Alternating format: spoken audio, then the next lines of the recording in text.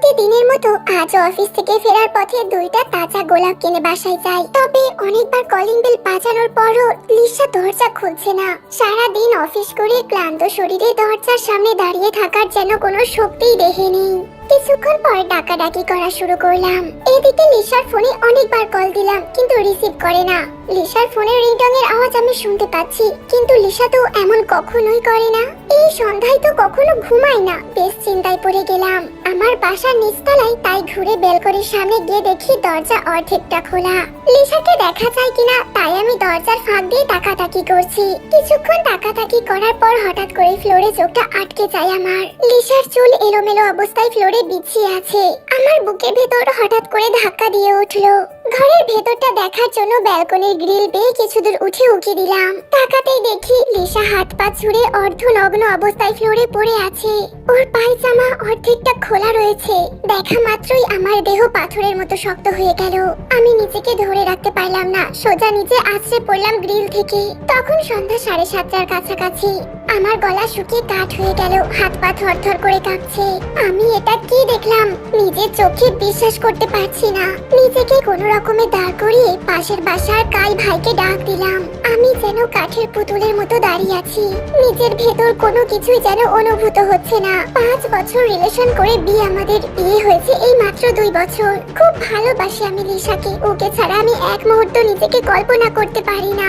আমার ডাকাডাকি শুনে কাই ভাই তাড়াতাড়ি করে দরজা খুললেন। আমি ওনাকে যে বিষয়টা বলবো কিন্তু গলা দিয়ে কোনো শব্দই বের হচ্ছিল না আমার। শুধু এতটুকুই বলতে পারলাম, ভাই এখনই দরজা ভাঙতে হবে। কেন জাঙ্কুক ভাই, কি হয়েছে? আমার লিসা, ভাইয়া আমার লিসা ফ্লোরে পড়ে আছে। বলেন কি ভাই, কি হয়েছে ভাবির? এই বলে কাই ভাই ওনার সুগঠিত দেহে সমস্ত শক্তি দিয়ে দরজায় লাথি মারলেন। আমিও ওনার সাথে তাল মিলিয়ে কয়েকটা লাথি দিতেই দরজার ছিটকিনি ছাড়িয়ে দরজা খুলে গেল। আমি মুহূর্তের মধ্যে বেডরুমে ঢুকে থমকে দাঁড়ালাম। অনুভূতিহীন একটা জড় পদার্থের মতো দাঁড়িয়ে আছি আমি। আমার সাথে সাথে কাই ভাই ঢুকলো। ফ্লোরে লিসাকে দেখে কাই ভাই চোখ বন্ধ করে অন্যদিকে ফিরলেন। বেডরুমের ফ্লোরে লিসা অর্ধনগ্ন অবস্থায় পড়ে আছে। দেখেই বোঝা যাচ্ছে কেউ তাকে রেপ করে গলা টিপে মেরে ফেলেছে। আমার লিসা আর পৃথিবীতে নেই। আমার লিসা আমার কলিজা, আমার সবকিছু কেড়ে নিল। ঠুকরে কেঁদে উঠে প্রায় ঝাঁপিয়ে পড়লাম লিসার উপর। শান্ত হও জাঙ্কুক ভাই, এখন হাত দিন না ভাবির গায়ে, পরে সমস্যা হতে পারে। আমি কোনো কথা শুনলাম না। লিসার মাথাটা আমার বুকে শক্ত করে জড়িয়ে ধরলাম। আমার যেন দম ফুরিয়ে আসছে। ধীরে ধীরে চোখে ঝাপসা দেখতে লাগলাম। আমার জ্ঞান ফিরলে তাকিয়ে দেখি বেশ সাজানো একটা ঘরে আমি। অস্পষ্ট কান্নার আওয়াজ শুনতে পাচ্ছি। দেখলাম আমি শুয়ে আছি কাই ভাইদের বেডরুমে। আমি সেখান থেকে কাই ভাইয়ের বাসার মেইন দরজা খুলতে দেখি বহু মানুষ। লোকজন ঠেলে ভেতরে যেতেই দেখি আমার শাশুড়ি মা শব্দ করে কান্না করে যাচ্ছে। পরক্ষণেই একটা ঘুষি এসে লাগলো আমার ডান কাঁধে। সাথে সাথে ঘুরে পড়লাম নিচে। তাকিয়ে দেখি আমার শ্যালক মানে লিসা ছোট ভাই সুগা আমার জামার গলা ধরে টেনে তুলছে আর জোর গলায় আমায় বলছে, আমার আপুরে তুই মেরেছিস। কেন মেরেছিস বল? আমি শুধু অনুভূতিহীন দৃষ্টিতে তাকিয়ে আছি ওর দিকে। দুইটা পুলিশ কনস্টেবল ছুটে এসে সুগাকে আটকালো। সুগা ক্ষিপ্ত বাঘের মতো আমার দিকে রুখে আসছে। দুই কনস্টেবলও যেন ওকে ধরে রাখতে পারছে না। একজন এগিয়ে এসে আমাকে টেনে তুললো। তাকিয়ে দেখি তেইহুম আমার ছোট শালী। ওরা 3 ভাই বোন। লিসা সব থেকে বড়, তারপর সুগা আর সবার ছোট হলো তেইহুম। আপনার লেগেছে অনেক দুলা ভাই? ভাইয়াটা তো দিন দিন অমানুষ হয়ে যাচ্ছে। আপনি জানেনই তো ভাইয়া কতটা বদরাগী। কোনো কিছু বুঝবে না, শুনবে না সিনিয়র মানুষের গায়ে। তেইহুমের কথা শেষের আগেই আমি বলে উঠলাম, না না ঠিক আছে, আমি কিছু মনে করিনি। এই বলে আমি আমার বেডরুমে গেলাম। গিয়ে দেখি পুলিশ স্টেচারে লিসাকে তুলছে। এসআই আমাকে দেখে বললেন, আপনি এই রুমে কি করেন? বলেছি না কাউকে এখানে না আসতে। আমি ওর স্বামী। আপনি ওনার স্বামী? এতক্ষণ কোথায় ছিলেন? আমার ওয়াইফের এই অবস্থা দেখে আমি সেন্সলেস হয়ে পড়ি। আপনাকেই তো দরকার। আসছেন ভালোই হয়েছে, কিছু প্রশ্নের জবাব দিন এখন। কাই নামের এক ভদ্রলোক বললেন, আপনি ওনাকে দরজা ভাঙার জন্য বলেছিলেন। হ্যাঁ অফিসার। তা দরজা ভাঙলেন কেন? দরজা ভেতর থেকে আটকানো ছিল। তাই আপনার ওয়াইফের লাশের অবস্থা দেখে তো মনে হচ্ছে রেপ করে শ্বাসরোধ করে মারা হয়েছে। গলার দুই পাশে স্পষ্ট হাতের দাগ। দরজা যদি ভেতর থেকে লাগানো থাকে তবে তাকে রেপ করলো কে, আর মারলোই বা কে? এই বাসা থেকে তো বের হবার আর কোনো পথ নেই। তাহলে আমি সেটা কিভাবে বলবো? আমি অফিস থেকে এসে দেখি দরজা লাগানো। তারপর বেলকনির পাশ দিয়ে দেখতে পাই লিসা, আমার ওয়াইফের চুল এলোমেলো হয়ে ফ্লোরে পড়ে আছে। তারপর আমি ছুটে গিয়ে কাই ভাইকে ডেকে আনি। তারপর উনি আর আমি তো দরজাটা ভাঙি। কাই ভাইও তাই বললেন। এই বলে অফিসার গুটি গুটি পায়ে হেঁটে এক পাশে গ্রিলে হাত দিয়ে একটু আঘাত দিয়ে দেখলেন। এরপর এসে আমাকে বললেন, আপনাকে আবারও ডাকা হতে পারে কিছু ইনফরমেশনের জন্য। এই বলে স্ট্রেচারে করে আমার লিসাকে ওরা নিয়ে গাড়িতে তুললো। লিসাকে নিয়ে যাওয়ার সময় প্রায় ঝাঁপিয়ে পড়লো স্ট্রেচারের ওপর আমার শাশুড়ি মা। তেইহু ওনাকে টেনে নিয়ে ওর বুকে নিয়ে নিল। আমার বুকের ভিতরের হাহাকার আরো বাড়তে লাগলো। চোখের সীমানা আর ধরে রাখতে পারলো না জলগুলো। কিন্তু একটা চিন্তা আমাকে আটকে দিল। দরজা তো সত্যি ভেতর থেকে আটকানো, তাহলে এসব করলো কে? কাই ভাইকে তখনই ডাক দিলাম। উনি বললেন, সমস্ত ঘর তখনই খুঁজেছিলাম কেউ লুকিয়ে আছে কিনা, বাট কেউ ছিল না। আর আপনি তো এদিকে সেন্সলেস। আমার মাথা ঘুরে আসছে, কিভাবে সম্ভব? কেউ তো এটা করেছে। সে কি জিন যে হাওয়া হয়ে যাবে? বাসার তো সব প্লেস তন্ন তন্ন করে খোঁজা হয়েছে, কিন্তু নাকি কোথাও পাওয়া যায়নি। লিসার দাফন হয়ে গেছে, কিন্তু এখনো সেই উত্তর মিলল না। কে কিভাবে ঘরে ঢুকলো, আর কেনই বা লিসাকে মেরে গেল? অপরাধীকে যেভাবেই হোক খুঁজে বের করতে হবে। আমার পৃথিবী কেড়ে নিল যে, তাকে তো আমি ছেড়ে কথা বলবো না। একদিকে লিসাকে হারানোর যন্ত্রণা, আর অন্যদিকে রহস্যের জালে ঘিরে আছি আমি। কোনো আগা মাথা খুঁজে পাচ্ছি না, কিভাবে কোথা থেকে শুরু করব। রাত তখন 3:45। চেয়ার নিয়ে ব্যালকনিতে বসে আছি, চোখে কোনো ঘুম নাই। লিসার যাওয়ার পর এই 3 দিন ঘুমাতেই পারিনি। মাঝ রাতে শুনতে পাই যেন লিসা কাঁদো কাঁদো গলায় বলছে, ওকে ছেড়ো না জাঙ্কু, ওকে ছেড়ো না। সাথে সাথেই আমি এদিক ওদিক তাকাতাকি করি। পরক্ষণেই বুঝি হ্যালুসিনেশন হবে হয়তো। আজ পূর্ণ পূর্ণিমার রাত, চাঁদটা যেন আমার লিসার জন্য আরো উজ্জ্বল। আমি চেয়ার ছেড়ে উঠলাম। লিসা থাকলে হয়তো বলতো, এই জান এদিকে আসো, দেখো কত সুন্দর চাঁদ। আমি তখন ওই চাঁদের চেয়ে আরো উজ্জ্বল আমার লিসার চাঁদ মুখটা দেখতাম। একটা দীর্ঘশ্বাস ফেলে ব্যালকনি গ্রিল আঁকড়ে ধরে দেহের একটু ভর দিয়ে যাত্রা দেখতেই যাব। ঠিক এমন সময় গ্রিলের জয়েনিংটা এক পাশ থেকে একটু আলগা হয়ে গেল। আমি অবাক হয়ে গেলাম। আবার একটা ধাক্কা দিতেই দেখি গ্রিলের এক পাশটা বাইরে সরে গেল। আমার গলা শুকিয়ে হাত দুইটা কাঁপতে লাগলো। পুলিশ তো ধাক্কা দিয়ে দেখলো, তখন তো কিছু হলো না। তাহলে এখন হলো কেন এমনটা? এই ছাড়ানো অংশের ভেতর দিয়ে খুব সহজেই একটা মানুষ বের হতে পারবে। আর যেহেতু নিচতলা, তাই লাফ দিয়ে পালিয়ে যাওয়াটাও খুব সহজ ব্যাপার। গলাটা এতটা শুকিয়ে এলো যে রুমে গিয়ে এক গ্লাস পানি খেয়ে নিলাম। হাতটা এখনো কাঁপছে, কোনো রকমে গ্লাসটা ধরে আছি। আর একটা রহস্যের ভেতরে ঢুকে গেলাম আমি। গ্রিলের এক পাশটা ছাড়াতে গেলে তাকে 6টা জয়েন্ট কাটতে লাগবে। সেটার জন্য তো সময়ের ব্যাপার। রেপ করে গলা টিপে হত্যা করে ঠান্ডা মাথায় এতগুলো জয়েন্ট কাটা কখনোই সম্ভব না। আর মেন দরজা দিয়ে যদি কেউ এসে থাকে, তবে তো লিসা কখনোই ছিটকিনি লাগাবে না। নাকি হত্যা করে ছিটকিনিটা লাগিয়ে দিয়েছে, একজনকে ধর্ষণ করেছে আর কেউ টেরই পেল না। আমার মাথাটা আবারও ঘুরে এলো। বিছানায় শরীরটা এড়িয়ে দিলাম। এক ভীষণ রহস্যের জালে জড়িয়ে গেছি আমি, আর পারছি না। বিছানায় দেহটা এড়িয়ে দিতে না দিতেই কলিং বেলের আওয়াজ। এই মুহূর্তে কলিং বেলের আওয়াজটা যেন বিষের মতো লাগলো কানে। দেওয়াল ঘড়ির দিকে তাকালাম, সকাল 6:59। এত দ্রুত সকাল হয়ে গেল। আর এই 7 সকালে আবার কে এলো সান্ত্বনা দিতে কে জানে। তো পায়ে হেঁটে দরজা খুলতেই দেখি 2টা পুলিশ কনস্টেবল আর এসআই এসেছেন। ভেতরে যেতে পারি? কিছু ইনফরমেশন জানার ছিল। হ্যাঁ হ্যাঁ অবশ্যই, আগে ভেতরে আসুন। আসলে এত সকালে আপনাদের দেখে ভাবছিলাম আপনাদের রাতে ঘুম ভালো মতো হয়েছে কিনা। আমাদের ঘুম হোক বা নাই হোক, আপনার যে কদিন ঘুম হচ্ছে না সেটা বোঝাই যাচ্ছে আপনাকে দেখে। কিভাবে অফিসার? আরে ঘাবড়াবেন না, সন্দেহ নিয়ে কোনো কথা বলছি না। আপনার টকটকে লাল চোখ দেখেই বোঝা যাচ্ছে। যাই হোক, যে কাজে এসেছিলাম। অফিসারের কথা শেষ হতে না দিয়েই বললাম, কাল রাত 3টার দিকে একটা ঘটনা ঘটেছে অফিসার। কি ঘটনা? কাল রাতের চাঁদটা অনেক উজ্জ্বল ছিল জানেন। চাঁদটা দেখার সময় আমার নাই মশাই নানান ঝামেলার মধ্যে থাকতে হয়। ওসব অনুভূতি আমার মরে গেছে। আপনি বলুন তারপর কি হলো? চাঁদটা আমার ব্যালকনি থেকে সম্পূর্ণ দেখা যায় না, তাই ব্যালকনির গ্রিলে একটু দেহের ভর দিয়ে যাত্রা দেখতে গিয়েছিলাম। তারপর হঠাৎ দেখি কি হলো, থামলেন যে? কি দেখলেন? আমি ওনাদের ডেকে ব্যালকনিতে নিয়ে গেলাম, গ্রিলের খোলা অংশটা দেখিয়ে দিলাম। একজন কনস্টেবল ছবি তুলে নিল ক্যামেরায়। অফিসারের মুখে চিন্তার ছাপ দেখতে পাচ্ছি। উনি নিজেই আবার হাত দিয়ে খোলা অংশটা নাড়াচাড়া দিয়ে দেখছেন। আমি বাইরে তাকাতেই মেন গেটে টুলের উপর বসা দারোয়ানের দিকে চোখ পড়লো। ওর দিকে চোখাচোখি হতেই একটা অপরাধ ভাব দৃষ্টি নিয়ে চোখ সরালো আর অন্যদিকে তাকালো। ব্যাপারটা একটু খটকা লাগলো আমার। আবার ভাবলাম পুলিশ টুলিশ দেখে ওদের আবার হুদায় ভয় থাকে, তাই জন্যই হয়তো। অফিসার বললেন, গোলমেলে ব্যাপারটার কিছুটা কুল কিনারা খুঁজে পেলাম। তাহলে বেটা এখান থেকেই কেটে পড়েছে। আচ্ছা, আপনার বা আপনার ওয়াইফের সাথে কারোর কোনো শত্রুতা ছিল? এই ধরেন কোনো ব্যাপার নিয়ে দ্বন্দ্ব বা মনোমালিন্য? আমার শত্রু? কই, তেমন তো কিছু মনে পড়ছে না। কিন্তু লিসার কি ছিল? কারোর সাথে ঝামেলা হলে তো আমাকে বলবে। টিভি সিরিয়ালের পুরো কাহিনী আমাকে না বললে তার ঘুমই হতো না, আর সেখানে আমাকে শত্রুর কথা লুকাতো। দেখুন অফিসার, তেমন কারোর সাথে আমার কোনো ঝামেলাই নেই। আমি বদলি হয়ে এখানে এসেছি মাত্র 3 মাস। আর আমার ওয়াইফের সাথে এমন কিছু হলে আমি আগে জানতাম। আমার কাছে ও কোনো কিছুই লুকাতো না। জাঙ্কুক ভাই, এমন অনেক কিছুই থেকে যায় যা কাছের মানুষও টের পায় না। যাই হোক, সেদিকে নাই যাই। এই নিন আমার ফোন নম্বর। কোনো কিছু জানতে বা বুঝতে পারলে অবশ্যই আমাকে জানাবেন। আমি আসি তাহলে। এই বলে গটগট করে সবাই চলে গেল। আমি তাকিয়ে দেখছি ওদের চলে যাওয়া। মাথার ভেতর দারোয়ানের অপরাধ মাখার দৃষ্টিটা ঘুরপাক খাচ্ছে বারবার। দারোয়ানকে কেন সন্দেহ করছি? ও তো রেপ করতে পারে, কিন্তু মেরে ফেলবে কেন? তবে যে মেরেছে তার অনেক দিনের প্ল্যানিং ছিল নিশ্চয়ই। এই গ্রিল হয়তো আগে থেকে কেটে রেখেছে, সময় সুযোগ বুঝে ভেতরে ঢুকেছে। কিন্তু দারোয়ান ও তখন কোথায় ছিল? ভাবা মাত্রই হন হন করে বাইরে বের হয়ে দারোয়ানকে ডাক দিলাম। ও প্রথমে ইতস্তত করে, তারপর আসলো। ওর মুখের ভঙ্গি দেখে মনে হচ্ছে এই মাত্র ভূত দেখে এসেছে। কিরে, এমন ইতস্তত করছিস কেন? না না, মানে ভাইজান, তুই কাল দুপুরে কোথায় ছিলিস? ভাইজান, দুপুরে তো এখানেই বসেছিলাম, আর 10 থেকে 15 মিনিটের জন্যই একটু গিয়েছিলাম। আর বিকালে?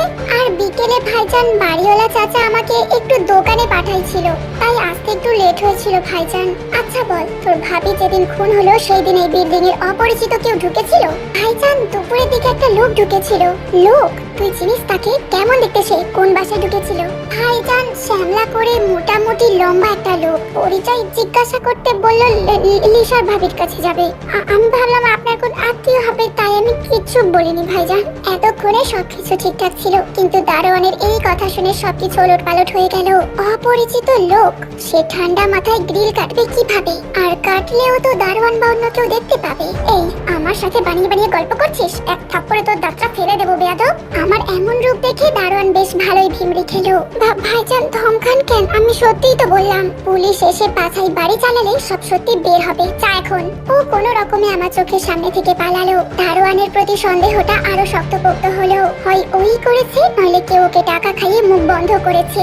এরই মধ্যে ফোনে কল আসলো। দেখি তেইহুনি নম্বর। শালিকাটা লিসা মারা যাওয়ার পর থেকে বারবার ফোন দিচ্ছে। নানান অজুহাতে ফোন দেয়, বলে যে আপুর জন্য খুব খারাপ লাগছে। আমুর কান্না তো থামছে না, আরো কত কি। ফোন রিসিভ করলাম। হ্যাঁ বলো তেইহুন, বাড়িতে তো আপুর মৃত্যুর জন্য দোয়া মাগফিরাতের আয়োজন করেছে, তাই আম্মু বলল আপনাকে আসতে। আজই চলে আসেন দুলা ভাই। তুমি তো জানোই তোমার আপুর খুন হয়েছে। পুলিশ আমাকে চোখে চোখে রাখছে। এই মুহূর্তে শহরের বাইরে যাওয়াটা ঠিক হবে না। না না ভাইয়া, কোনো কথা শুনবো না, আপনাকে আসতেই হবে। আপনি আজই আসছেন, এটাই আমার শেষ কথা। এই বলে কেটে দিল আমার কোনো কথা না শুনি। বড্ড চঞ্চল মেয়েটা, এমন ভাবে বললো যেন ওর আপুর দোয়া মাগফিরাতে চেয়ে আমাকে যাওয়াটা বেশি জরুরি। ওদিকে ফুটফুটে লক্ষ্মী বউটার জন্য আম্মু প্রায় ফোন দিয়ে কান্নাকাটি করে। বিভিন্ন স্মৃতি বলতে থাকে ওর আর আম্মুর। আমি নীরবে শুনি আর কান্না করি। বুকের ভেতরটা তখন ফেটে যায়। কোনো রকমে নিজেকে শান্ত করে আম্মুকে বোঝাই। একটা দীর্ঘশ্বাস ফেলে বিল্ডিং এর সামনের ফাঁকা জায়গাতে হাঁটাহাঁটি করছিলাম। লিসা মারা যাওয়ার পর এই প্রথম বাইরে বের হলাম। কাই ভাই ডেকে ডেকে ওনার বাসায় নিয়ে গিয়ে খাবার দিতেন, কিন্তু খাবার গলা দিয়ে নামতো না। বাইরে হাঁটাহাঁটি করতে করতে হঠাৎ পায়ের নিচে কি যেন একটা ঠেকলো। তাকিয়ে দেখি একটা কানের দুল। এই মুহূর্তে আমি আমার বাসা বরাবর দাঁড়িয়ে সন্দেহ নিয়ে দুলটা তুলে নিলাম। দুলটা সোজা করতেই আমি একটা ধাক্কা খেলাম। এটা যে লিসার দুল, এখানে কেন পড়ে আছে? ও তো বেড়াতে যাওয়া ছাড়া এই দুলটা পড়ে না। আমি সাথে সাথে দ্রুত পায়ে বাসায় এসে আলমারির দরজার হাতল ধরতেই দরজা খুলে এলো। কি? দরজা খোলা? ভেতরে তাকিয়ে দেখি লিসার 2 সেট 2 বাক্সে গয়না রাখা ছিল, একটাও নাই, খালি বক্স পড়ে আছে। এতদিনে একবারও আলমারির দিকে চোখ পড়লো না আমার। এসব দেখে আরো দুর্বল হয়ে গেলাম আমি। রহস্যের মোড় যে অন্যদিকে ঘুরে গেল। তার মানে আগে চুরি, তারপর ধর্ষণ, তারপর খুন। মুহূর্তেই মাথাটা গরম হয়ে গেল আমার। সামনে গোল টি টেবিলে রাখা কাঁচের গ্লাসটা ধরে নিয়ে ফ্লোরে ছুঁড়ে মারলাম। গ্লাসটা ভেঙে টুকরো টুকরো হয়ে গেল। শরীরটা খুব দুর্বল লাগছে। না না, এটা সব পূর্ব পরিকল্পিত। আমি সব কয়টারে দেখে ছাড়বো। নিজের অজান্তেই কথাগুলো প্রলাপ করতে লাগলাম। ডান পাশে বিছানায় রাখা ফোনটা বেজে উঠলো। উফ, মেয়েটা যে আমাকে একটু স্বস্তি দেবে না দেখছি। ফোন রিসিভ করতেই ওপাশ থেকে কান্নার আওয়াজ শুনতে পাচ্ছি। এটা নিশ্চয়ই তেহুঙের ঢং কান্না, আমি যাব না বলেছি বলে। কিন্তু তে দেখে কেঁদেই যাচ্ছে। আমি বেশ অবাক হলাম। হ্যালো তে, কি হয়েছে? এভাবে কাঁদছো কেন? কি হয়েছে বলো। তুলা ভাই, হ্যাঁ বলো কি হয়েছে? এভাবে কান্না করছো কেন তে? তুলা ভাই, আপনি আসেন না, আপনার সাথে একটা জরুরি কথা আছে। প্লিজ আসেন একবার, আমার মরা বোনের দোহাই লাগি। তেহুংকে এভাবে বলতে শুনে ঠিক বুঝতে পারলাম ওর সাথে হয়তো কিছু সমস্যা হচ্ছে। কি হয়েছে তেহুং? তুমি আমাকে এখনই বলো। না, আপনাকে সরাসরি বলতে হবে। আপনি না আসলে আমার ক্ষতি হয়ে যাবে দুলা ভাই। প্লিজ প্লিজ আপনি আসেন। আমি তো এক মুসিবতে পড়ে গেলাম। এদিকে রহস্যের নতুন মোড় নিচ্ছে, আর ওদিকে তের ব্যাপার। মুহূর্তে কি করব, কি বা করা উচিত আমার মাথায় কিছুই ঢুকছে না। কিছুক্ষণ পর ভাবলাম না, শ্বশুর বাড়িতে যাওয়া উচিত। কিন্তু কেন জানি একটা পিছু টান কাজ করছে। কাই ভাইকে ফোন দিলাম, উনি অফিসে। যাওয়ার সময় কাই ভাইয়ের স্ত্রী জেনি ভাবিকে নক দিয়ে বলে গেলাম পুলিশ আসলে বলবেন আমি লিসার দোয়া মাগফিরাতের জন্য গ্রামের বাড়ি সাতক্ষীরাতে যাচ্ছি। বাস থেকে নেমেই দেখি সুগা আমাকে রিসিভ করার জন্য দাঁড়িয়ে আছে। তার মুখের দিকে তাকিয়ে দেখলাম কিছুটা লজ্জিত ভাব নিয়ে নিচু হয়ে লাগেজটার হাতলটা টেনে বড় করছে। আমি বুঝতে পারলাম আমাকে যে ঘুষিটা মেরেছিল তার জন্যই হয়তো লজ্জিত। একটা অটোতে উঠলাম। সারা পথ সুগা মাথা নিচু করে আছে। আমি টুকটাক কথা বললাম ওর সাথে, কিন্তু কেবল জবাবটুকুই পাচ্ছিলাম। ভালোবাসার বোনটাকে হারিয়ে হয়তো মর্মা হতো এখনো। আর আমি কি লিসাকে ছাড়া ভালো আছি? সারাক্ষণ একটা কষ্ট আমার বুকের ভেতর চেপে আছে। বাড়িটা উজাড় করে কারোর কাছে শেয়ার করতে না পারি সহ্য করতে। হৃদয়ে যে কেরোসিন ঢেলে ধাও ধাও করে জ্বালাচ্ছে কেউ সারাক্ষণ। কে জ্বালাচ্ছে আর কেনই বা জ্বালাচ্ছে? শ্বশুর বাড়িতে একটা রুমে একা বসে আছি আমি এসেছি দেখে তো তে আত্মহারা হয়ে গেছে খুশিতে। তে ঘরে ঢুকেই তো দরজা লক করে দিল। আমি একটু ঘাবড়ে গেলাম। তে এসে আমার পাশে বসলো। দুলা ভাই, যা বলবো মন দিয়ে শুনবেন কিন্তু। হ্যাঁ অবশ্যই বলো। আপুর মৃত্যুর 2 দিন পর একটা অচেনা নম্বর থেকে আমার ফোনে ফোন আসে। আমি রিসিভ করি। দেখলাম একটা বেশ মধ্যবয়সী ছেলের কণ্ঠ। ফোন দিয়ে ভালো মন্দ জিজ্ঞাসা করলো। আপুর কোথায় দাফন হয়েছে এইসবও জিজ্ঞাসা করলো। আমি ভাবলাম আব্বু আমার কোনো আত্মীয় হবে হয়তো। তারপর কি হলো? কিন্তু ঠিক তারপরে তিনি ওই ছেলে অন্য নম্বর থেকে ফোন দেয়। বেহুদা আলাপ জমাতে চাই, এটা বুঝতে পেরে আমি ফোন কেটে দিই। গতকাল আরেকটা অপরিচিত নাম্বার থেকে ফোন দিয়ে যা বললো তার জন্য আমি প্রস্তুত ছিলাম না দুলা ভাই। কি বললো সে? প্রথমেই ফোন দিয়ে আলাপ জমাতে চাই আমি কেটে দিতে চাইলে হঠাৎ বৃষ্টি ভাবে আমাকে গালি দেওয়া শুরু করে। 1 মিনিট, তার ভাষা কেমন ছিল? মানে ভাষার মধ্যে কি কোনো আঞ্চলিকতা ছিল? না দুলা ভাই, নইলে তো বুঝতেই পারতাম। আচ্ছা তারপর বলো। যখন গালি দেওয়া শুরু করে তখন আমার খুব রাগ হয়ে যায়। তাই আমি বলে ফেলি ওর নম্বরটা পুলিশে দেব। এই কথা শুনে ও আমাকে থ্রেট দেওয়া শুরু করে দুলা ভাই। থ্রেট দিচ্ছে? কি বলেছে? বলেছে বেশি বার বাড়াস না, তোর আবার মতো অবস্থা করে দেব কিন্তু তোকে। তের মুখে কথাটা শুনে যেন আমি ধাক্কা খেলাম। আবার মতো মানে? তারপর তুমি কি বললে? আমি কিছু না বলেই কলটা কেটে দিলাম। তারপর আপনার কাছে কান্নাকাটি করছিলাম ফোন দিয়ে। তাহলে এই কথাটা কালকে বলনি কেন? আর ফোন দিয়েছিল নাকি আজকে? হ্যাঁ দিয়েছিল, কিন্তু আমি তো রিসিভ করিনি। তারপর তো আপনাকে ফোন দিয়েই ডাকলাম। আমার খুব ভয় করছে তুলা ভাই। আরে দূর, কিচ্ছু হবে না পাগলি, আমি তো আছি। তোমাকে সরল মেয়ে পেয়ে ভয় দেখিয়েছি মাত্র। নম্বরটা পুলিশে দিলে ও 14 গোষ্ঠী বের করে ছাড়বে। দেখে সান্ত্বনা দিলেও নিজের ভেতর একটা প্রশ্ন ঢুকে গেল। ও তো অন্য কিছু বলে ছেড়ে দিতে পারতো। আপার মতো অবস্থা করবে কেন বললো? ওরে কি লিসার খুনের পেছনে ওরই লিংক আছে কোনো? তের ফোন নম্বরটাই বা কিভাবে পেলো? আচ্ছা দুলা ভাই, আপনি ওর কোন নম্বর দেবেন পুলিশকে? এক সময় তো ভিন্ন ভিন্ন নম্বর দিয়ে কল দিচ্ছে। আচ্ছা নম্বরগুলো দাও আমাকে। নম্বরগুলো টুকে নিলাম, কিন্তু আমার কেন জানি মনে হচ্ছে হত্যার পেছনে এই ছেলেই আছে। কিন্তু আবার অন্য প্রশ্ন চলে আসে, হত্যাই যদি করবে তবে গহনা চুরি করলো কেন? আলমারির চাবি তো থাকে লিসার কাছে, ও লুকিয়ে রাখে চাবি। আর আলমারি তো দেখলাম চাবি দিয়েই খোলা। তাহলে নিশ্চয়ই কোনো অস্ত্র দেখিয়ে চাবি নিয়ে গহনা নিয়েছে। আর যাবার সময় রেপ করে গলা টিপে খুন করে গিয়েছে। মেডিকেল রিপোর্ট বলে লিসাকে একজনই রেপ করেছে। ওরা সংখ্যায় বাসায় কয়জন ছিল? আর গহনা নিয়ে রেপ করলো এটা না হয় বুঝলাম, কিন্তু খুন কেন করবে যদি অপরিচিত কেউ হয়? তার মানে নিশ্চয়ই এমন কেউ এই কাজ করেছে যাদেরকে লিসা চেনে। পরবর্তীকালে ধরা খেয়ে যাওয়ার ভয়ে খুনটা করে গেছে যাতে প্রমাণ না থাকে। হ্যাঁ, ব্যাপারটা অনেকটাই রহস্যের জট খুলেছে। এই কাজ একার পক্ষে সম্ভব না, সাথে আরো লোক ছিল। কিন্তু দারোয়ান তখন কি করছিল? ঘুরে ফিরে প্রশ্ন এসে পড়ছে দারোয়ানের উপর। ডাকাতি করেছে, রেপ করেছে, খুন করেছে, তারপর ঠান্ডা মাথায় গ্রিল কেটেছে, তাও আবার দিনের আলো থাকতে। আর দারোয়ান কিছুই জানে না, তা কিভাবে সম্ভব? আমি নিশ্চিত যে দারোয়ান সাথে ছিল, নইলে মোটা অঙ্কের টাকা খাইয়ে তার মুখ বন্ধ রেখেছে। হয়তো জানের ভয় দেখিয়েছে। আচ্ছা, যদি জানের ভয় দেখিয়ে থাকে তবে দারোয়ান নিশ্চয়ই তাদের চেনে। এই তো আর একটা বিষয় ক্লিয়ার হয়ে গেল, যে খুন করেছে সে পরিচিত কেউ। তাদের লিসাও চিনতো আর দারোয়ানও চেনে। এরই মধ্যে ফোনটা বেজে উঠলো। পকেট থেকে ফোনটা বের করে দেখি এসআই ফোন দিয়েছে। হ্যাঁ অফিসার বলেন, শুনলাম আপনি শ্বশুর বাড়ি গিয়েছেন। হ্যাঁ আসতে হলো একটু, এই সময় বেশি বাইরে না যাওয়াই বেটার ছিল। যাই হোক, সেই জন্য ফোন দিয়েছি। অফিসার আগে বলুন, আমার আলমারি যে খোলা ছিল সেটা আপনারা দেখেননি? হ্যাঁ অবশ্যই দেখেছি, আপনার আলমারিতে তো তেমন কিছুই ছিল না সন্দেহ করার মতো। কেন বলুন তো? আচ্ছা বিস্তারিত পরে বলছি, আগে আপনি বলুন কি জন্য ফোন দিলেন? ও হ্যাঁ, আপনার বাসার ব্যালকনির পাশে, মানে বিল্ডিং এর পেছনের সাইডে আর কি, ওখানে একটা 3 বছরের বাচ্চার লাশ পাওয়া গেছে। কথাটা শুনেই যেন আমি আকাশ থেকে পড়লাম। কি? কখন? কার বাচ্চা? কিভাবে হলো?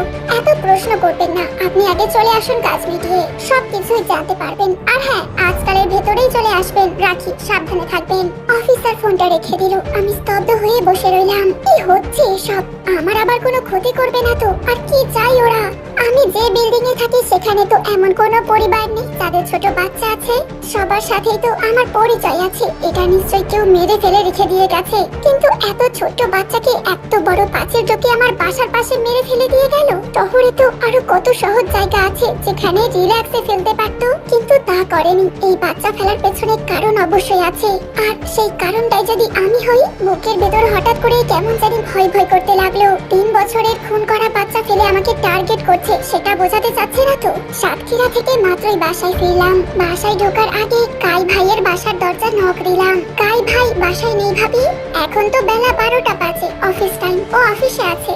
ও আচ্ছা, একটু ভেবে আবারও বললাম, আচ্ছা ভাবি, শুনলাম আমার বাসার পেছনের দিকে নাকি 3 বছরের একটা বাচ্চার লাশ পাওয়া গেছে। হ্যাঁ জাঙ্কুক ভাই, আপনি যে সকালে সাতক্ষীরাতে গেলেন আর পুলিশ তার কিছুক্ষণ পরই আসে, কিন্তু পুলিশ ওদিকে কি করতে গিয়েছিল জানেন? ওই যে ভাবির কেসের ব্যাপারে আপনার কাছে এসেছিল, আপনাকে না দেখতে পেয়ে বিল্ডিং এর এদিক ওদিক ঘোরাঘুরি করছিল। তখনই এক কনস্টেবলের চোখ যায় ওইদিকে। ও আচ্ছা, বাচ্চাটা কার, কি এই ব্যাপারে কিছু জানতে পারছেন কি?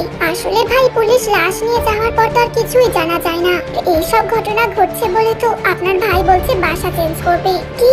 কাই ভাই বাসা বদলাবে? হ্যাঁ ভাই, এখানে আর থাকার মতো পরিবেশ নাই। আমি বেশ চিন্তিত হয়ে গেলাম। ভাবিকে বিদায় দিয়ে বাসায় আসলাম। পকেট থেকে ফোনটা নিয়ে এসআই কে ফোন দিলাম। হ্যাঁ জাঙ্কুক সাহেব বলেন, আসছেন বাসায়? জি এখনই আসলাম, আপনার সাথে খুব জরুরি কথা আছে, একটু যদি কষ্ট করে আসতেন। জি অবশ্যই, আর আপনার কাছেও আমার প্রয়োজন আছে, আমি আসছি। হ্যাঁ জাঙ্কুক সাহেব বলেন, কি বলবেন? জানেন আমার বাসায় চুরি হয়েছে। চুরি? হ্যাঁ, আপনারা আলমারি খোলা দেখেছেন, তার ভিতর 2টা সেট গহনা ছিল। সেই খাপ দুটো খালি রয়েছে, আর আপনারা সন্দেহ করার মতো কিছুই পেলেন না। দেখুন আপনার আলমারিতে কি আছে তা তো আর আমরা জেনে বসে নেই। আর আলমারির দরজা খোলা ছিল কি খোলা রেখেছিলেন তা আপনাদের ঘরের ব্যাপার, আপনারাই ভালো জানবেন। হ্যাঁ আমি জানবো, তবে আমার কাছে একবার শুনতে পারতেন। আসলে এই কেসের রহস্যের বেড়াচালে পড়ে ওদিকে খেয়াল দেওয়া হয়ে ওঠেনি। আপনি কি এটা শোনানোর জন্যই আমাকে ডাকলেন? এতটুকু হলে তো ফোনেই বলতাম। আসল কথায় আসি, আমি ভেবে দেখলাম যে যেহেতু গহনা চুরি হয়েছে শুধু আর কিছুই না, তার মানে চোর আগে থেকেই জানে আমার ঘরে 2 সেট ভারী স্বর্ণের গহনা আছে। সেই গহনা নেওয়ার পর আমার ওয়াইফকে রেপ করা হয়, তারপর হত্যা। যদি অপরিচিত কেউ হতো তাহলে রেপ করে হাত পা বেঁধে মুখে কিছু দিয়ে চলে যেত যাতে চিল্লাতে না পারে। যেহেতু হত্যা করেছে সেহেতু আমার ওয়াইফ তাকে নিশ্চয়ই চেনে, তাই যাতে প্রমাণ না থাকে সেই জন্য হত্যা করেছে। বাহ, আপনি তো ভেতরে ভেতরে ভালোই ইনভেস্টিগেট করেছেন দেখছি। আমি আবারও বলা শুরু করলাম, তাহলে ব্যাপারটা দাঁড়ালো এই যে এইসব কোনো পরিচিত লোকই করেছে। আচ্ছা অফিসার, একটা কথা বলুন তো, আপনারা গেটের দারোয়ানকে জেরা করেননি? শত শত জটিল কেস সলভ করেছি এই একলা হাতে। তবে জাঙ্কুক সাহেব, কি ভাবেন আপনি? এই এসআই এর চোখ থেকে কিছুই এড়ায় না। আপনি বাসার গেট দিয়ে ঢোকার সময় দারোয়ানকে দেখেছিলেন? না, মানে খেয়াল করিনি, ব্যাগ ট্যাগ ছিল তো কাছে, তাই ওদিকে খেয়াল দেওয়া হয়েছেনি। ওই ব্যাটাকে তো গতকালকে জেলে ভরেছি। মানে কেন? সেই 3 বছরের বাচ্চাটাকে খুন করা হয়নি, মেডিকেল রিপোর্ট বলে লিভার ক্যান্সারে মারা গিয়েছিল বাচ্চাটা, আর লাশটা হসপিটাল থেকে চুরি করে আনা হয়। তাহলে লাশটা এখানে ফেললো কারা? কেনই বা ফেললো? আর দারোয়ানের কি দোষ ছিল? এত উত্তেজিত কেন জাঙ্কুক সাহেব? আগে শান্ত হন। এই এসআই আরএম এর শুধু নামটা মাথায় রাখেন। আমি তো এই রহস্যের ভাবনায় ডুবে গেছি। জাঙ্কুক সাহেব, ভাবনার শিখরে আছেন মনে হচ্ছে। না মানে আসলে বেশ কিছু ছকে আটকে আছি অফিসার। এই ছক কাটিয়ে সামনে এগোতে পারছি না, ঘুরে ফিরে সেই একই ছকে মিলিত হচ্ছি। আপনার সেই ছকটা দারোয়ানে এসে আটকাচ্ছে, তাই তো? ঠিক ধরেছেন অফিসার। বুঝি জাঙ্কুক সাহেব, এসব করেই তো পেট চলে, আর সরকার চেয়ারে বসিয়েছে। কিন্তু অফিসার বললেন না তো দারোয়ানকে কেন ধরলেন, আর বাচ্চাটাকে কে ফেললো? লাস্টার পোস্টমর্টম রিপোর্ট বলে যে লিভার ক্যান্সারে বাচ্চাটি মারা যায়, আর বাচ্চাটাকে দেখে পথ শিশু টাইপের মনে হলো। যেহেতু বাচ্চাটা ক্যান্সারে মারা গিয়েছে, তাই শহরের সবকটি হসপিটাল প্লাস ক্লিনিকে খোঁজ খবর নিয়ে দেখলাম একটা ছোটখাটো ক্লিনিক থেকে নাকি একটা শিশুর লাশ চুরি হয়েছে। আমরা ক্লিনিক অথরিটিকে লাশটা দেখাতে তারা শনাক্ত করতে পারে। আমরা ক্লিনিকের সিসিটিভির ভিডিও ফুটেজ দেখেছি। অথরিটি প্রথমে নানান অজুহাত খাড়া করলেও অবশেষে দেখাতে বাধ্য হয়। দেখলাম ভোর 5টার দিকে হবে হয়তো। ওই টাইমে মর্গ থেকে স্ট্রেচারে করে দুজন লোক লাশটা বের করছিল। একজন গরনে হালকা পাতলা, একটু হাইটে শর্ট হবে, আর অপরজন স্বাস্থ্য বেশ ভালো, মাঝারি গরন, ঘন চেকের শার্ট পরা ছিল। ক্লিনিকের সকল স্টাফ নার্সদের ডাকা হলো, কিন্তু চেহারা কারোর সাথে মিল খেল না। আমরা ক্লিনিকে ঢুকতেই নাকি একটা স্টাফ বাইরে কাজ দেখিয়ে বেরিয়ে গেছে, কিন্তু ফেরেনি। অনেকক্ষণ অপেক্ষা করার পরও তার হদিশ না পেয়ে তার নাম ঠিকানা নিয়ে ফিরে আসতে হলো। নাম কি তার? তার নাম শুভ ছিল। আমি মনে মনে এই নামের কাউকে চিনি কিনা খুঁজতে লাগলাম। খুঁজে না পেয়ে আবারও বললাম, হ্যাঁ তারপর বলুন। তারপর সোজা আপনার বিল্ডিং এ চলে আসলাম, দারোয়ানকে ধরলাম। দারোয়ানকে প্রশ্ন করলাম যে ভোর 5টা থেকে 6টার ভিতর কোথায় ছিলি? ও উত্তর দিল গেটের কাছেই ছিল, কিন্তু লাশ নিয়ে কারোর ভেতরে ঢোকার কথা শুনতেই বানিয়ে বানিয়ে গল্প বলা শুরু করলো। কাটিয়ে দিলাম একটা চড়, কিন্তু ও যে বানিয়ে বলছে তা আপনি কিভাবে বুঝলেন? বানিয়ে গল্প কথার মার ব্যাচেই ধরা খেয়ে যায় জাঙ্কুক সাহেব। এই পোশাকটা এমনি এমনি সরকার পরিয়ে রাখেনি, বুঝেছেন? কিন্তু কিন্তু কি অফিসার, এগুলো কি ওকে শিখিয়ে দিয়েছে মনে হচ্ছে। থানায় নিয়ে 2-4 ঘা দিয়েছিলাম, কিন্তু মুখ খোলেনি বেটা। আমার নামও আরএম, কিভাবে মুখ খোলাতে হয় তা আমার জানা আছে। আমার ওয়াইফের খুন হওয়ার কয়েকদিন পরে আমি ওকে জেরা করেছিলাম, কিন্তু তখন আমার সাথে বানিয়ে গল্প বলেছে আর অযৌক্তিক কিছু কথা বলেছে, তা আমি বুঝতে পারি। আমার কথা শুনে দেখলাম অফিসার আবার কি যেন ভাবতে লাগলো। এরই মধ্যে ওনার ফোনে একটা কল আসে। তারপর আমাকে বিদায় দিয়ে উনি হনহন করে চলে যান। আমি ঠাই সোফায় বসে রইলাম। অনেকগুলো প্রশ্ন এই মুহূর্তে আমার মাথার ভেতর চক্কর খাচ্ছে। দারোয়ানের মুখ বন্ধ রাখতে এর পেছনে কেউ টাকা খরচ করেছে, কিন্তু কেন? আর অপরটি হচ্ছে একটা মৃত বাচ্চাকে কেন এখানে ফেলবে, তাও আবার ক্লিনিক থেকে চুরি করে? এতে কার কি লাভ? আমাকে ফাঁসানোর চেষ্টা। সোফায় কখন যে ঘুমিয়ে গেছি জানি না। কলিং বেলের আওয়াজে ঘুমটা ভাঙলো। ঘড়ির দিকে তাকিয়ে দেখি সকাল 7টা বাজে। চোখ মুছতে মুছতে দরজা খুলে দেখি কাই ভাই। দেখলাম উনি সেজে গুজে আছেন। কি ব্যাপার কাই ভাই, কই যাচ্ছেন এই সকালে? চলে যাচ্ছি জাঙ্কুক ভাই। মানে কোথায় যাচ্ছেন? বাসা ছেড়ে দিয়েছি, অন্য জায়গায় বাসা নিচ্ছি।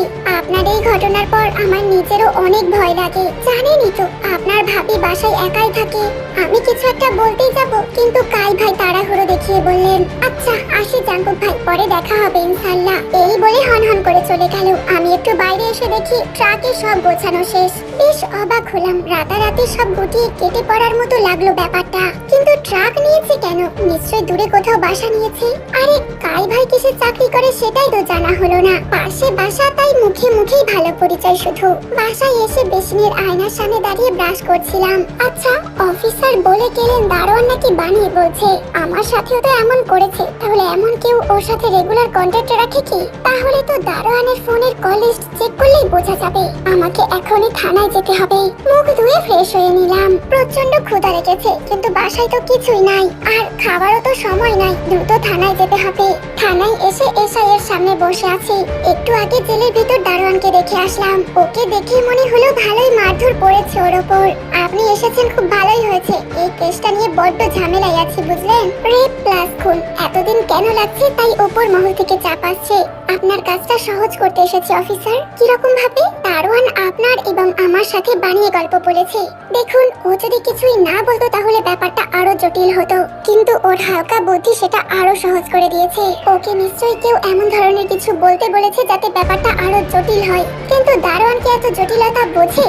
গল্প বানাতে গিয়ে নিজেই গুলিয়ে ফেলে নিজের ফাঁদে পা দিয়ে বসে আছে। এখন আসল কথা হচ্ছে এখানে স্পষ্ট যে দারোয়ানের হাত আছে। আচ্ছা অফিসার, ওকে গ্রেফতার করার সময় ওর সেলফোনটা কি পেয়েছিলেন? হ্যাঁ পেয়েছি, কিছু আননোন নাম্বার থেকে বারবার কল আসার রেকর্ড পেয়েছি। এই তো, তাহলে একটা চক্রের সাথে হাত আছে সেটা স্পষ্ট এখানে। আচ্ছা নম্বরগুলো কি আপনার কাছে আছে? আমাকে দেওয়া যাবে কি? প্রথমে নম্বর দিতে নাকচ করলেও পরে কি ভেবে দিয়ে দিলেন। তারপর অফিসার বললেন, একটা অদ্ভুত ব্যাপার রয়েছে জাঙ্কুক সাহেব। কি ব্যাপার? দারোয়ানের ফোন কেড়ে নেওয়ার পর এই 2 দিনে একটা কল পর্যন্ত আসেনি, অথচ ওকে ধরার 20 মিনিট আগে একটা ইনকামিং কল এসেছিল। আচ্ছা তাহলে 20 মিনিট আগে আপনি কোথায় ছিলেন? আপনার বাসার সামনে আশেপাশে খুঁজে দেখছিলাম যদি কোনো ক্লু মেলে। ইয়েস, তাহলে অপরাধী চক্র আপনাদের উপর নজর রাখছে। হয়তো আপনারা কি করছেন সেটা দারোয়ানের কাছে আপডেট নিচ্ছিল। ওকে পিটিয়ে তো মুখ খোলাতে পারলাম না, হয়তো ওকে তাহলে মার্ডারের হুমকি দিয়ে রেখেছে অফিসার। মুখ খুললেই খুন করে দেবে। আপনারা তো টুকটাক মার দেবেন মাত্র, এর থেকে বেশি কিছু না। ও হয়তো জীবনের ভয়েই মার সহ্য করছে। আসলে অনেক সুন্দর একটা কথা বলেছেন জাঙ্কুক সাহেব আপনি। আচ্ছা আজ আসি অফিসার, আপডেট কিছু জানলে আমাকে জানিয়েন প্লিজ। বাসায় এসে জামা খুলে প্যান্ট চেঞ্জ করতে গিয়ে প্যান্টের পকেট থেকে অফিসারের কাছ থেকে নেওয়া নম্বরের কাগজটা বের করলাম। নম্বরগুলো হারিয়ে যেতে পারে বিধায় ডায়েরিতে লিখে রাখলাম। নম্বর লিখতে লিখতেই মনে পড়লো, আরে তের দেওয়া নম্বরগুলো তো অফিসারকে দেওয়াই হলো না। রহস্যের জালে ঘুরপাক খেতে খেতে অন্য কিছু খেয়ালই থাকছে না। মানি ব্যাগ থেকে সেই নম্বরের কাগজ বের করে ডায়েরির একই পৃষ্ঠাতে লিখে নিলাম। এবার ডায়েরিতে মাত্র লেখা নম্বরগুলো চোখ বোলাতে গিয়ে একটা বিষয় খেয়াল করলাম, 3টা নম্বর 2 বার করে লেখা হয়েছে। কি অদ্ভুত, 2 বার লিখলাম কিভাবে একই নম্বর? এবার অফিসারের কাছ থেকে নেওয়া নম্বরের কাগজ আর তের কাছ থেকে নেওয়া নম্বরের কাগজ এক করে দেখলাম, দুটো কাগজের মধ্যেই 3টে নম্বরের মিল রয়েছে। আমি যেন ধাক্কা খেলাম, চোখ বড় বড় করে বারবার মিল করলাম। আসলেই তাই, তার মানে দারোয়ানকে যে ফোন দেয় সেই তেকে মারার থ্রেড দিয়েছে। ও মাই গড! তের দেওয়া নম্বরের কাগজটা হাতে নিয়ে দেখলাম সেখানে 4টে নম্বর লেখা, তার মধ্যে থেকে উপরের 2টা আর নিচেরটা এই 3টা নম্বরের মিল, কিন্তু আর একটা নম্বর, এই নম্বরটা তো অমিল।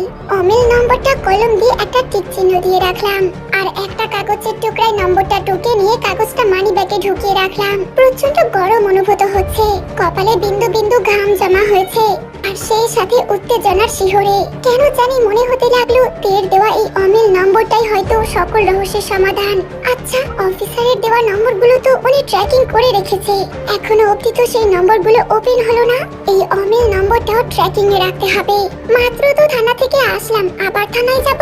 আগে অফিসারকে ফোন দেওয়া দরকার, উনি আবার বাইরে বের হয়েছেন কিনা। ফোন দিয়ে শুনলাম উনি থানাতেই আছেন। আমি আবারও তাড়াহুড়ো করে থানার উদ্দেশ্যে রওনা দিলাম। জেলখানা হয়ে আসার সময় দেখলাম দারোয়ান 2 দেওয়ালের জয়েনিং এর মাঝে হেলান দিয়ে মাথাটা দেওয়ালে ঠেকিয়ে সিলিং এর দিকে চেয়ে বসে আছে। হয়তো ভাবছে আমার কি দোষ, গরিব হওয়াটাই কি আমার দোষ? আজ টাকার অভাবে পড়ে লোকের বাসায় দারোয়ানের চাকরি নিতে হয়েছে, আর এই টাকার জন্যই আজ আমি এখানে। হয়তো জীবনের প্রতি চরম ঘৃণা 2 চোখ দিয়ে ছুড়ে মারছে জেলখানার সিলিং এ। আমি আর দাঁড়ালাম না, অফিসারের রুমের দরজার সামনে আসতেই অফিসারের চোখে চোখ পড়লো। উনি অনেকটা আহত দৃষ্টিতে তাকিয়ে আছেন। কেসের আসামি এখনো ধরতে না পারায় উপর মহলের চাপ খেতে হয়তো ওনার এই অবস্থা। অফিসার, কেসটা হয়তো সলভ হতে যাচ্ছে। দেখলাম ওনার আমার কথায় কোনো মনোযোগ নেই। হ্যাঁ, কি ব্যাপার জাঙ্কুক সাহেব, দাঁড়িয়ে কেন? বসার কথা কি বলা লাগবে? বসতে আসেনি অফিসার, একটা কাজে এসেছি। বলুন কি করতে পারি আপনার জন্য? এই নম্বরটা একটু ট্র্যাকিং এ রাখতে হবে অফিসার। কিসের নম্বর এটা? এই কেসের রহস্যের নতুন একটা দ্বার উন্মোচিত হতে পারে এই নম্বরটা দিয়ে। আসলে আপনাকে একটা কথা বলতেই ভুলে গিয়েছিলাম। অফিসারকে তের বলা সমস্ত কথাই খুলে বললাম, আর আমি নম্বরটাকে কিভাবে রহস্যে যুক্ত করলাম সেটা ওনাকে বোঝালাম। ওকে, আপনি একটু বসুন, আমি এক্ষুনি আসছি। কিছুক্ষণ পর এসে ওনার চেয়ারে আরাম করে বসে বললেন, নম্বরটা ট্র্যাকিং এ রেখেছি, দেখা যাক কোনো রেসপন্স পাই কিনা। আমি নিশ্চিত অফিসার এটাই সেই খুনি। 2 দিন হয়ে গেল, কিন্তু থানা থেকে কোনো খবর পেলাম না। ওদিকে দারোয়ান জেলে বন্দি, এত টর্চার করেও মুখ খোলাতে পারছে না তাকে। মাথাটা ঝিমঝিম করছে। ডাইনিং টেবিলের উপর 2 হাত ভাঁজ করে তার উপর মাথা রেখে আমার লিসার সাথে কত স্মৃতি মনে করছিলাম। চোখের জল গড়িয়ে পড়ছিল গালে। হাতের উল্টো পিঠ দিয়ে পানি মুছে নিলাম। হঠাৎ আমার ফোনটা বেজে উঠলো। পকেট থেকে ফোনটা বের করে দেখি অফিসারের নম্বর। হ্যাঁ অফিসার, বলেন। একটা ভালো খবর আছে। হ্যাঁ, কি খবর বলেন? আপনার দেওয়া নম্বরটাকে আমরা ট্র্যাকিং করে স্থান ঠিকানা সব জেনে ফেলেছি। আপনি দ্রুত থানায় আসেন, একসাথেই যাব। আমি এক মুহূর্ত দেরি না করে যে পোশাকে ছিলাম সেই পোশাকেই পাগলের মতো ছুটে গেলাম। একটা অটো নিয়ে থানায় গিয়ে দেখি অফিসার গাড়িতে বসে আমার জন্য অপেক্ষা করছে। আমি দ্রুত গাড়িতে উঠে পড়লাম। ঠিকানা অনুযায়ী গাড়ি যেতে লাগলো। এখন পুলিশ ল্যাপটপ নিয়ে নাম্বারটার অবস্থান ফলো করে যাচ্ছেন। আমার বুকের ধড়পড়ানি ক্রমশ বাড়ছে। শহরের প্রায় পাশে এসে একটা গলির সামনে গাড়ি থামলো।